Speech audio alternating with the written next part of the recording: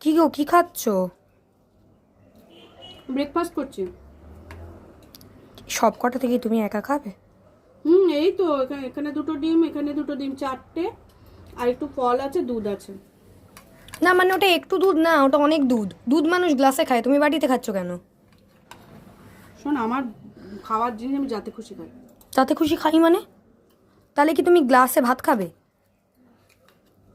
গ্লাসে কেউ ভাত খায়? তাহলে বাটিতে কেউ দুধ খায়? গ্লাসে দুধ খায় মানুষ। আমি ডিস্টার্ব করছি।